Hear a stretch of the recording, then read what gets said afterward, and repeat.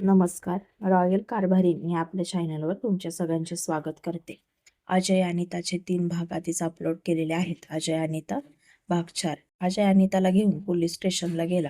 अनिताने complaint मागे घेतली. अजयने अनितासोबत मैत्री केली आणि अजय अनिताला म्हणाला, अनिता तुला भेळ खायची आहे का ग? आपण आपली मैत्री सेलिब्रेट करूयात भेळ खाऊन. अनिता म्हणाली, ठीक आहे खाऊ, पण घरी लवकर जावं लागेल मला, कारण की आधीच इथे खूप उशीर झाला आहे. अजय म्हणाला, ठीक आहे खायला असा किती वेळ लागणार आहे? आणि मला सामान सुद्धा आणायला जायचं आहे. तुला घरी सोडतो आणि मग मी सामान आणायला जातो. अजय आणि त्याने भेळ खाल्ली. अनिता गाडीवर बसली होती आणि तिला विचारायचं होतं अजयला. त्याच्याकडे पेंडल आहे, त्याच्यावरती नक्की कोणाचं नाव आहे? आणि त्याने आता स्वतःला थांबवलं. ती मनातच म्हणाली, आमची आत्ताच ओळख झाली आहे. त्यांना जर सांगायचं असेल तर ते सांगतील आणि मला काय एवढी उत्सुकता आहे. जाऊ देत, त्यांना जेव्हा सांगायचं तेव्हा ते सांगतील. अजयने अनिताला घरी सोडलं. अजय अनिताला म्हणाला, अनिता आता जपून राहा, कारण की प्रत्येक वेळी मदत करायला कोणी येणार नाही अशी लोक असतात जगामध्ये. तू त्याला माफ केलंस ठीक आहे, पण यापुढे तू सुद्धा जपून राहायचं. आता अनिताचा आणि अजयचा मार्ग वेगळा झाला. अजय सुद्धा अनिताचा जास्त विचार करत नव्हता. अजय कधी समोर आला तर अनिता नुसतीच त्याच्याकडे बघून हसायची, पण बोलायची मात्र काहीच नाही. अजयने पण एवढा विचार केला नाही. दोघे एकमेकांच्या समोर यायचे, पण अनिता जास्त त्याच्याशी बोलायची नाही. अनिताच्या मोठ्या बहिणीचं लग्न होतं. अनिता त्याच तयारीमध्ये होती. आईने अनिताला सामान आणण्यासाठी दुकानात पाठवलं. नेमकं त्यांच्या जवळचं दुकान त्या दिवशी बंद होतं, म्हणून अनिताने विचार केला अजयच्या दुकानात जाऊन सामान आणावं. अजय सुद्धा बरेच दिवस अनिताला दिसला नव्हता. अजयची आई दुकानात होती. अनिताने सगळं सामान घेतलं. अजयच्या आईसोबत सुद्धा बोलली. अनिता अजयच्या आईला म्हणाली, काय हो काकू, अजय दिसला नाही बरेच दिवस. आई अनिताला म्हणाली, अगं तो ट्रेनिंगला गेला आहे पोलीस भरतीच्या. अजून 5-6 महिने तरी येणार नाही तो. आणि तुझ्या मोठ्या बहिणीचं लग्न आहे ना? अनिता म्हणाली, हो काकू, पुढच्या आठवड्यात लग्न आहे, नक्की या लग्नाला. अजयची आई म्हणाली, हो येणारच आहे, तुझ्या बाबांनी पत्रिका दिली आहे आठवणीने. बरं, अजून काही मदत लागली तर सांग सामानाची. माझ्याकडे मुलगा आहे, त्याला मी पाठवते घरी सामान घेऊन. तुझ्या घरापासून आमचं दुकान जरा लांब आहे ना? अनिता म्हणाली, काही हरकत नाही काकू, जर काही मदत लागली तर नक्की सांगेन तुम्हाला. आणि अनिता सुद्धा घरी आली. अनिताच्या ताईचं खूप चांगलं झालं होतं. तिला सासर खूप छान भेटलं. मुलगा एज्युकेटेड होता आणि ॲग्रिकल्चर केलं होतं त्याने. घरात भरपूर जमीन, शेत भरपूर होतं त्यांचं आणि दोघेच भाऊ होते. अनिता सुद्धा आता पहिल्यासारखी राहिली नव्हती. अजूनच स्मार्ट आणि दिसायला सुद्धा अगदी सुंदर दिसत होती. अनिताच्या बहिणीचं लग्न झालं. अनिता करवली म्हणून तिच्यासोबत गेली. अनिताच्या बहिणीच्या सासरकडच्यांना अनिता खूप आवडली होती. त्यांनी लग्नातच तिला त्यांच्या बारक्या मुलासाठी पसंत केली होती. अनिता आता सविता सोबत म्हणजेच तिच्या बहिणीसोबत पाठराखीण म्हणून त्यांच्या घरी राहायला आली.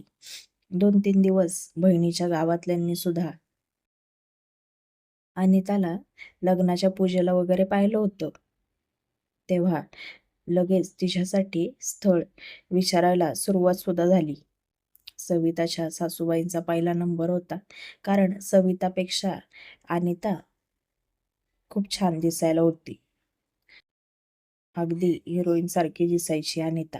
सविताच्या कानावर तिच्या सासूबाईंनी घातलं की, अनिता आम्हाला पसंत आहे आमच्या बारक्या मुलासाठी. तू आपल्याकडून तुझ्या वडिलांशी बोलतेस का? मी सुद्धा बोलणार आहे, पण तू त्यांच्या कानावर घाल. मग मी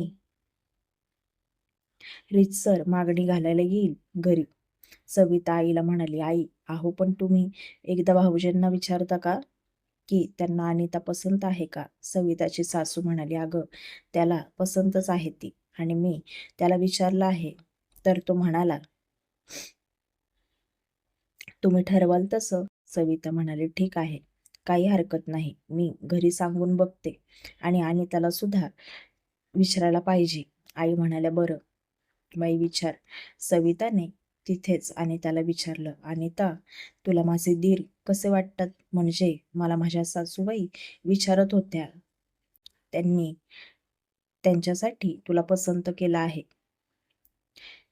तुझी काही हरकत नसेल तर मी बाबांसोबत बोलेल आणि आई सुद्धा तुला मागणी घालायला येतील.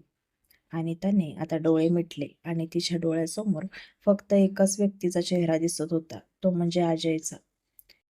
अनिताचं आणि अजयचं बोलणं सुद्धा झालं नाही त्याच्यानंतर, पण तरी सुद्धा अनिताचं मन आता जड झालं होतं की ताईला आता काय सांगू मी. आमचं तर तसं काही नाही, पण माझं मन सारखं मला नाही म्हणून का सांगतंय. ताईचे दीर तर खूप चांगले आहेत आणि आमच्या दोघांची मैत्री सुद्धा झाली आहे. दोघांच्या पण गप्पा चालायच्या, पण अनिताच्या मनात त्याच्याविषयी असलं काहीच नव्हतं. सविता अनिताला म्हणाली, अनिता तुला फक्त मी विचारलं आहे, तुला होच म्हटलं पाहिजे असं काही नाही. आम्ही तुझ्यावर कुठलीच जबरदस्ती करणार नाही. आईने फक्त विचारलं आहे, त्यात एवढं टेन्शन घेण्यासारखं काहीच नाही. तू तुझा वेळ घे, पाहिजे तर 2-3 दिवसांनी मला सांग. अनिता सविताला म्हणाली, ताई तू बाबांना विचार ना, मी त्यांच्या मर्जीनेच लग्न करेल आणि तुझंही लग्न त्यांच्या मर्जीनेच ठरलं आहे ना. सविता अनिताला म्हणाली, पण माझी पण पसंती घेतली त्यांनी. मग असं नाही अनिता, तुला आम्ही कुठलीच जबरदस्ती करणार नाही.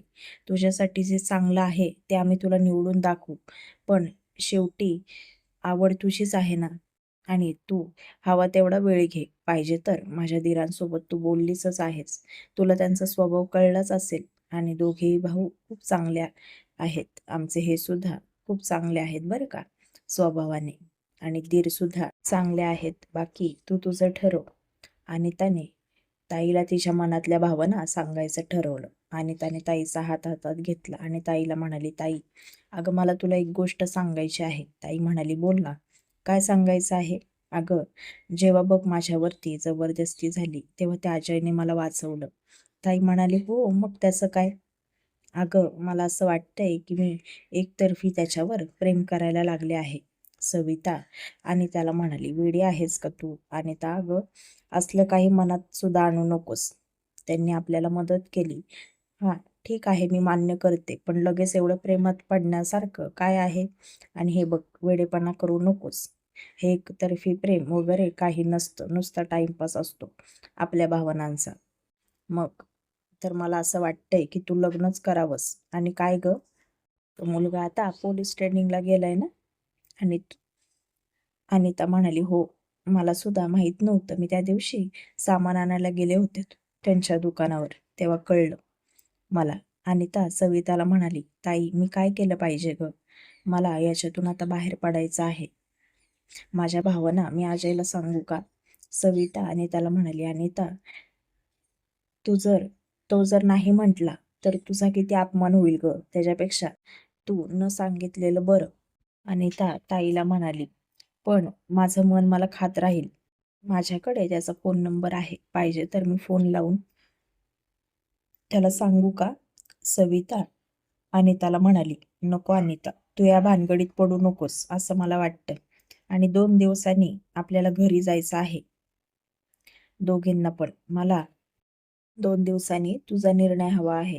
म्हणजे मी बाबांसोबत पण या विषयावर बोलेल आणि तुझ्यासाठी स्थळ समोरून चालून आलं आहे. त्याच्यामुळे जे आहे ते स्वीकार आणि जे नाही आहे आपल्या हातात त्याच्या मागे पळण्याचा प्रयत्न करू नकोस. सगळं व्यर्थ जाईल. जे आपल्यासाठी चांगलं आहे ते आपल्या हातातून गेलं तर वेळ हातातनं निघून गेलेली असेल. आणि त्याला सुद्धा आता ताईचं म्हणणं पटत होतं. सविताच्या दिराला नाकारण्याचं काहीच कारण नव्हतं, कारण की त्यांनी जर शब्द टाकला असता तर अनिताच्या बाबांनी लगेच होकार दिला असता. कारण की सविताच्या नवऱ्यापेक्षा त्याचा भाऊ खूप छान होता. सरकारी अधिकारी होता. दिसायला पण त्याची बाजू उजवी होती आणि अनिता त्याला सुद्धा आवडत होती. अनिता आणि सविता दोघी सुद्धा त्यांच्या घरी आल्या मांडव परतण्यासाठी. सविताने अनिताला विचारलं, "अनिता, तुझा काय विचार आहे?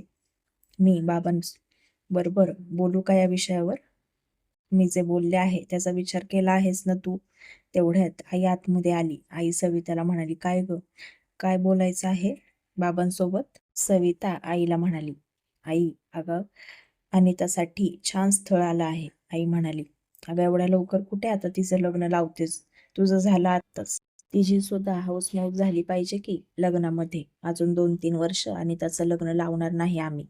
सविता आईला म्हणाली, "आणि मुलगा चांगला असला तर काय हरकत आहे ग?" आई सविताला म्हणाली, "कोण आहे मुलगा आणि काय करतो?" सविता आईला म्हणाली, "आई, मी अनिताला सगळं सांगितलं आहे. जर अनिताने होकार दिला तर तुमच्या दोघांच्या सुद्धा कानावर घालेल. आता सगळं अनितावर डिपेंड आहे." अनिता ताईला म्हणाली, "ताई, तू सांग आई-बाबांना, मी तयार आहे. मला सुद्धा नको त्या गोष्टीमध्ये अडकून राहायचं नाही. आयुष्यात पुढे गेलेलं कधीही चांगलं असतं." सविताला तर आता खूप आनंद झाला. ती अनिताला म्हणाली, "खरंच सांगू मी आई-बाबांना?" आणि अनिता म्हणाली, "हो ग ताई, खरंच सांग. त्यांना नाकारण्यासारखं काहीच कारण नाही." सविता आईला म्हणाली, "अगं आई, माझे दीर आहेत ना, त्यांचं स्थळ आपल्या अनितासाठी आलं आहे. आईने विचारलं आहे तुम्हा दोघांना.